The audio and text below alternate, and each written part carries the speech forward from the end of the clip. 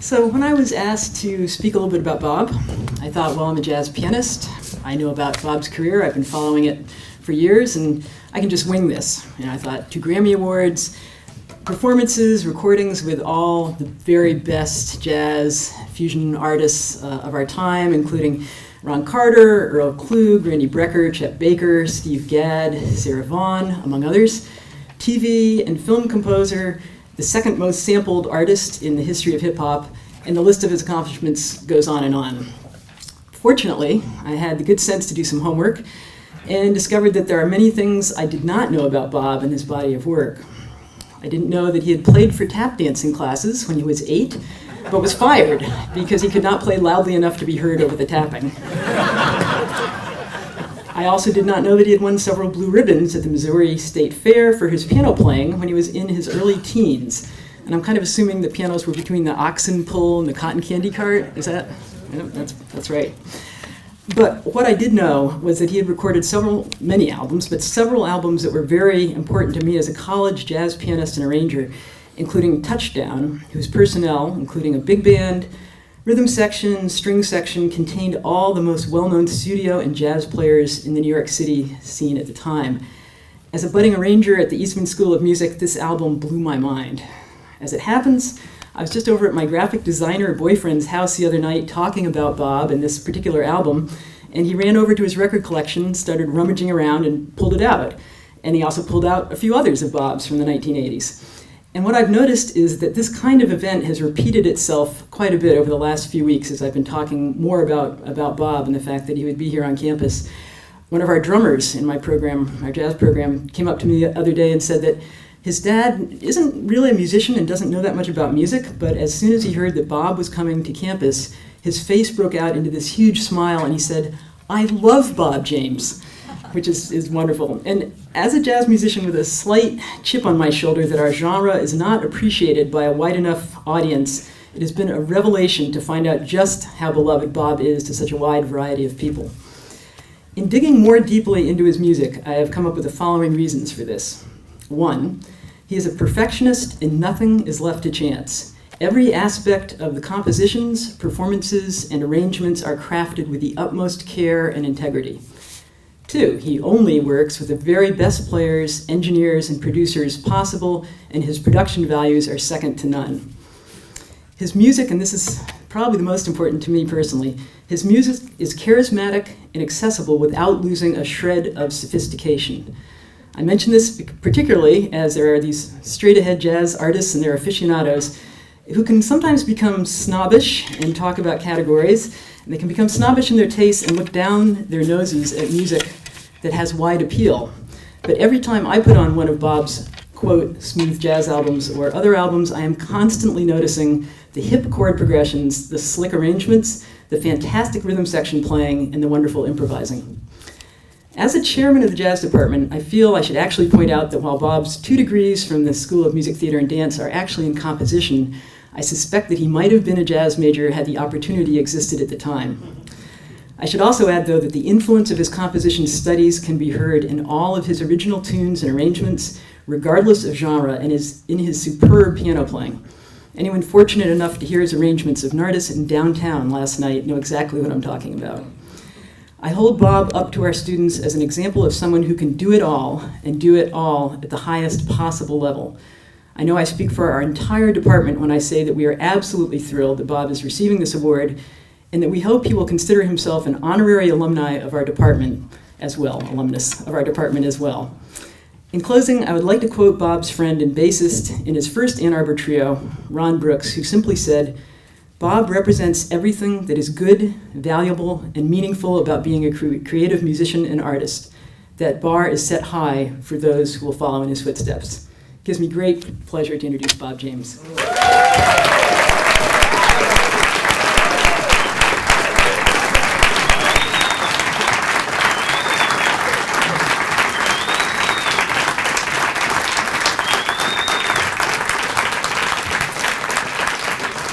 Thank you so much, Alan. You just ruined my composure.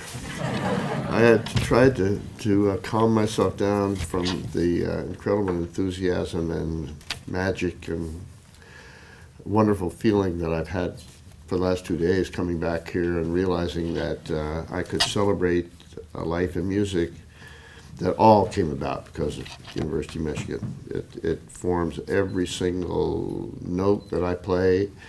It formed my life with my wife, who I met at the Lydia Mendelsohn Theater during a production of Carousel when we were sophomores, and my dearest friend, best man at my wedding, who we also met at the same time and wrote the twist of the Mardi Gras twist. That was our first original song we wrote together.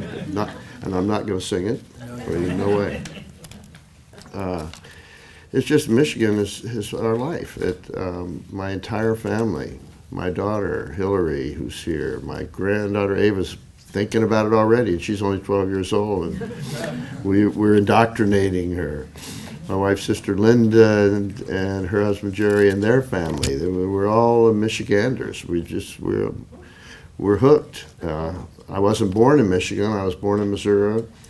Started looking for colleges to go to because I already knew I was going to be a musician, even though they fired me from the tap dancing. I was going to try to persevere. I guess I'm winning the. I wish I was winning the Emerging Artist Award. But it's kind of like the Perseverance Award. But anyway, what was I talking about? Yeah. I want to say, this is what I want to say, I don't have a speech. I want to say I love Michigan. I love the state of Michigan. We moved to New York as soon as we got out of college because that's what you had to do. To get into the theater, you had to be in New York. Certainly to be in jazz, you had to come to New York. That was the Mecca, the place where you had to prove yourself. And lived there for many years, but Judy and I kept drifting back. And we are now proud to say that we've suffered through our first full 12 months of Michigan weather, and we still love it. We live in Traverse City, and we love Michigan. And I just absolutely, everything that's the most important to me came out of those years. If I have anything to impart from that, it's been my life, is that I just want to share with the young people. I'm excited to learn about the way that when you're kind of catapulted out of this extreme, intense education that you get here, who knows what's going to happen to you, but you can't be better prepared than you're going to be in this place, this magic place. I need to thank Ross Lee Finney, Leslie Bassett, and Ava Coleman Case, who are my three main teachers that formed my basic education. Unfortunately, I think Ellen referred to it too, there wasn't much jazz in the University of Michigan legitimate world. So I had to learn a lot of my jazz education in bars and going into Detroit and hanging out with some of the musicians there and various things like that.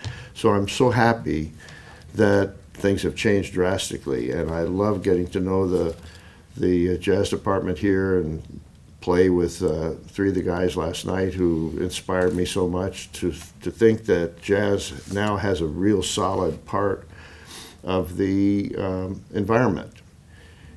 It was only luck that I came to Michigan because I was born in Missouri, and I looked around for music colleges. University of Missouri, sorry to say, my father went there. It was a great law school, great journalism school, but music school at that time was kind of not happening. So I was listening to the music of Paul Hindemith at that time. So where can I find Paul Hindemith to study with? So I discovered Yale, but no undergraduate education there with Paul Hindemith, so I had to write that off. And I had heard something about bands. Michigan had a reputation for great bands. Why I cared about that, I don't even know. I weakly tried to play the trumpet a little bit. I never played the trombone or drums or anything else, but somehow or other the music reputation through the bands and through whatever it was started me looking around to come here, and I did, and there was no jazz, and I was very frustrated because even though my mother wanted me to be a classical musician and wanted me to practice more, I was a little bit of a rebel, and I will humbly admit that I left Michigan for one semester to go to what I perceive to be the great jazz school, Berkeley in Boston. And it has become a really great school, much different than what it was at that time. But it wasn't until I left Michigan that I realized how much I was missing by leaving it, and what a bad mistake that I had made by asking my parents to let me leave, and ended up begging them to let me come back. And it was that point when I met Jack and Judy, and boy, my life changed in a major, major way, and I got the well-rounded education of Michigan. Even though there wasn't a jazz department, I got the prestige, I got the immersion in the arts and in overall life learning that has, I think, held me in good stead. I have no regrets about spending my life in jazz. I have reached the point where it's so major to me to be having the opportunity to be recognized in this way. I want to thank everybody here. Thank you, Michigan. And I hope I can come back many times to try to pay you back for all the great things you did for me.